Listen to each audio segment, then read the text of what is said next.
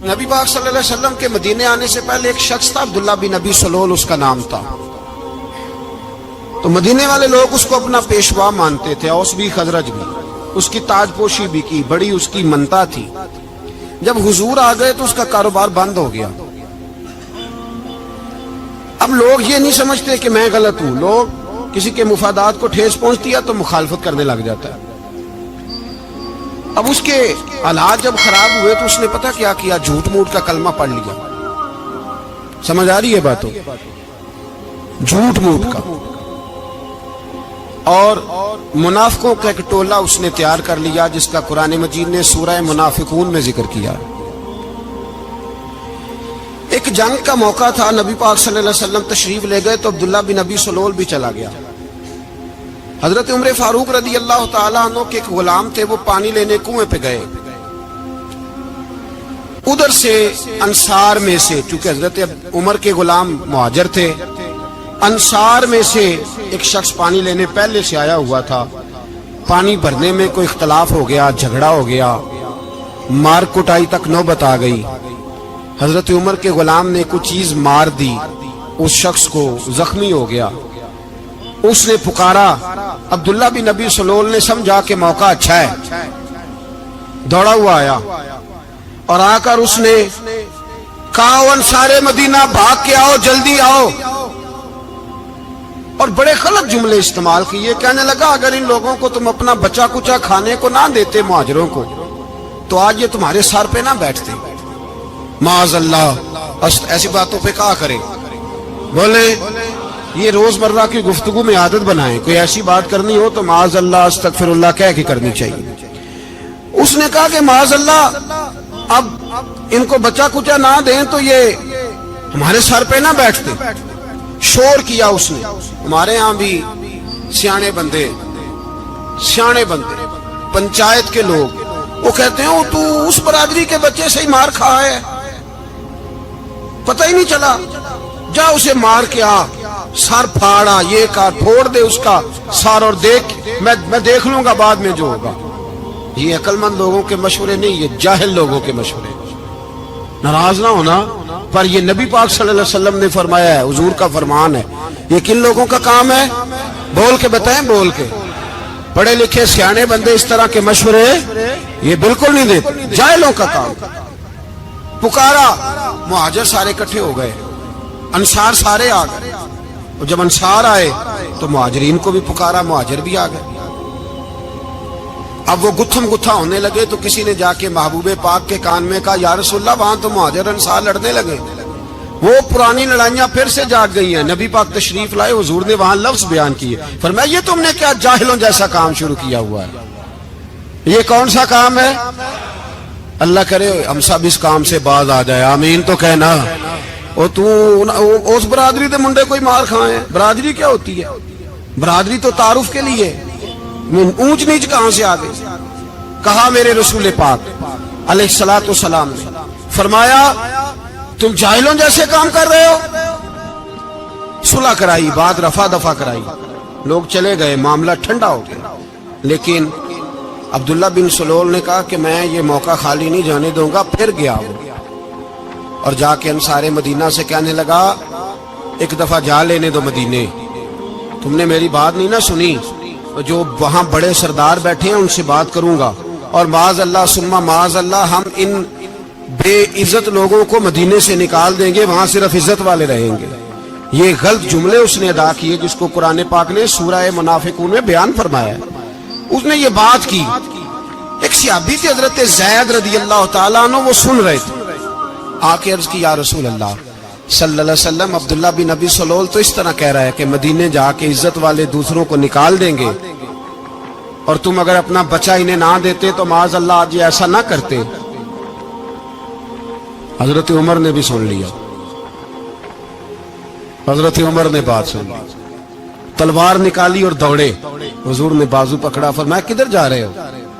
کہا یا رسول اللہ، اگر آج سزا نہ دی تو کل اور بات بھی کرے گا، اور اگر آج ایک قتل ہو گیا تو باقی سیانے بن جائیں گے۔ یا رسول اللہ مجھے چھوڑے، میں ماروں گا۔ حضور نے فرمایا عمر چپ کر، وہ جھوٹ موٹ کا کلمہ پڑھتا ہے، لوگ کہیں گے کہ محمد ابن عبداللہ نے اپنے ساتھی مارنے شروع کر دیے۔ چپ کر، حوصلہ کر، صبر کر، دلیری کر۔ حضرت عمر کہتے ہیں میری حضور کے کہنے پر میں ٹھہر تو گیا، پر وہ میرے اندر جو آگ لگی ہوئی تھی ٹھنڈی نہیں ہو رہی۔ کہتے ہیں میں چپ تو کر گیا۔ نبی پاک علیہ السلام نے پوچھا عبداللہ بن نبی سلول سے، تو نے یہ کہا ہے؟ کہنے لگا حاشا وکلا، میں نے بات ہی نہیں کی۔ ہاں، اب لوگ کہنے لگے کہ زید تو نوجوان ہے، تو یہ بوڑھا آدمی ہے، چلو صحیح کہتا ہوگا۔ حضور بھی خاموش ہو گئے۔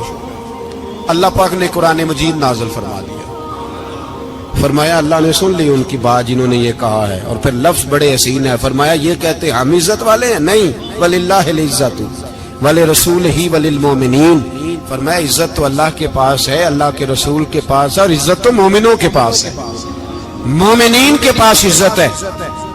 یہ قرآن پاک نے سارا مضمون بیان کر دیا کہ عبداللہ بن نبی سلول غلط کہتا ہے اور حضرت زید صحیح کہتے ہیں۔ حضور نے کچھ نہیں فرمایا، جا رہا ہے قافلہ۔ جب مدینے کی سرحد آ گئی نا، حدود مدینہ منورہ کی شروع ہوئی، تو عبداللہ کا اپنا بیٹا، اس کا نام بھی عبداللہ بن عبداللہ تھا، اپنا بیٹا اس کا بڑا مخلص جانثار غلام تھا میرے رسول پاک صلی اللہ علیہ وسلم کا، وہ تلوار لے کے مدینے کی حد پہ کھڑا ہو گیا اور کہنے لگا میرے باپ، تو نے اتنی بے ایمانی کے لفظ کہے کہ میں ان کو نکال دوں گا؟ کہے اپنی زبان سے کہ میں ذلت والا ہوں، رسول پاک کو اللہ نے بڑی عزت عطا فرمائی، کہے ورنہ میں تیری گردن کاٹ دوں گا۔ بول، کہے حضور بھی عزت والے اور نبی پاک کے غلام بھی عزت، کہے اپنی زبان سے، کہے میرے رب کا یہ فرمان ہے وَرَفَعْنَا لَكَ ذِكْرَكَ، ابھی میں خود تیرے لیے تیری شانوں کو بلند فرما دوں گا۔ تو کہا کہے، تو دشمن ہو کے کہنے لگا میرے بیٹے مجھے معاف کر دے، مصطفیٰ تو بڑی عزتوں والے ہیں، ان کے غلام شانوں والے۔ جب بیٹا تلوار لے کے سامنے کھڑا ہوا، شہرت ہوئی، اب نبی پاک نے حضرت عمر کی طرف دیکھا، کہا عمر تیری بات صحیح تھی، اب جو ہوا یہ زیادہ صحیح تھا، وہ میں نے تجھے کہا حوصلہ کر، تدبر کر، وقت کا انتظار کر، یہ صحیح ہوا کہ وہ صحیح تھا۔ تو حضرت عمر فاروق کہنے لگے یا رسول اللہ، میں گواہی دیتا ہوں آپ واقعی اللہ کے سچے رسول ہیں صلی اللہ اتنی اچھی رائے، وقت فیصلہ کرتا ہے، تدبر سے چلے، دانائی سے چلے، علم پیدا کریں، بردباری۔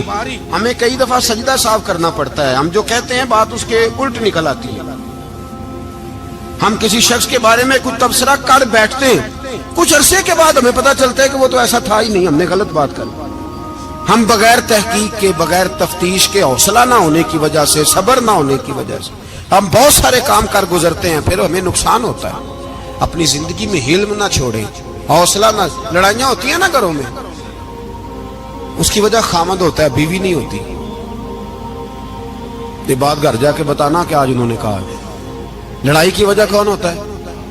نہ بولو تسی، پر میں تے آخ ہی چھڑے ہے، وہ تو ریکارڈ ہو گیا ہے۔ لڑائی کی وجہ کون ہے؟ ہاں، جڑے باتیں لڑتے ہیں وہ کندے ہی نہیں پے۔ وجہ کون بنتا ہے جی؟ کیوں بلا؟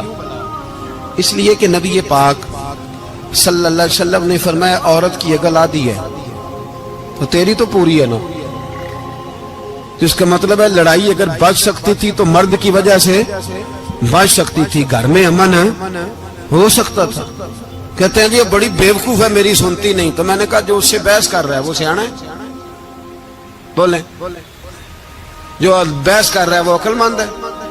بندہ تو چلو تھا وہ دانشور، شیکسپیئر، باتیں بعض اوقات اس کی کچھ ایسی ہیں۔ اس سے کسی نے پوچھا تھا عورتوں سے کون جیت سکتا ہے بحث میں، تو اس نے کہا تھا وہ جو ان سے بحث نہ کرے، جو ان سے بحث۔